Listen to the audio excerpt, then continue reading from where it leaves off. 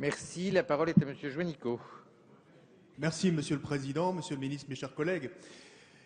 Ma question porte sur l'évolution de l'aide différentielle aux conjoints survivants.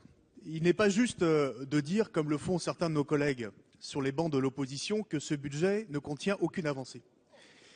Ce budget 2013 pour les anciens combattants, ce n'est pas simplement la consolidation de l'ensemble des droits existants pour les anciens combattants, ce n'est pas simplement le financement de la revalorisation de la retraite du combattant, 54 millions d'euros pour ce gouvernement.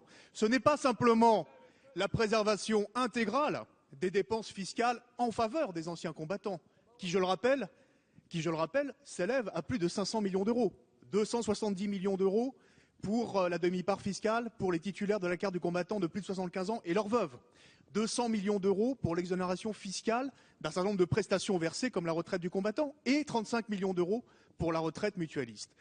Il y a une avancée qui n'a pas été assez soulignée, mais qui a été relevée tout à l'heure par le ministre, pour 2013, c'est l'augmentation des crédits sociaux de l'ONAC à hauteur de 500 000 euros. C'est une augmentation qui sera une augmentation cumulative sur 3 ans, c'est-à-dire plus de 3 millions d'euros d'augmentation pour l'aide sociale de l'ONAC d'ici à 2015. Ce qui veut dire que nous allons pouvoir consolider en particulier, pas simplement, mais en particulier, l'aide différentielle pour les conjoints survivants. Il y a 3 façons de le faire. La première, c'est d'augmenter le plafond de ressources. Il était de 550 euros en 2007, il a été élevé à 900 euros l'an dernier. Effectivement, il y a la question du seuil de pauvreté à envisager pour la suite à hauteur de 964 euros. Deuxième possibilité, augmenter le nombre de dossiers instruits et recevables, positifs.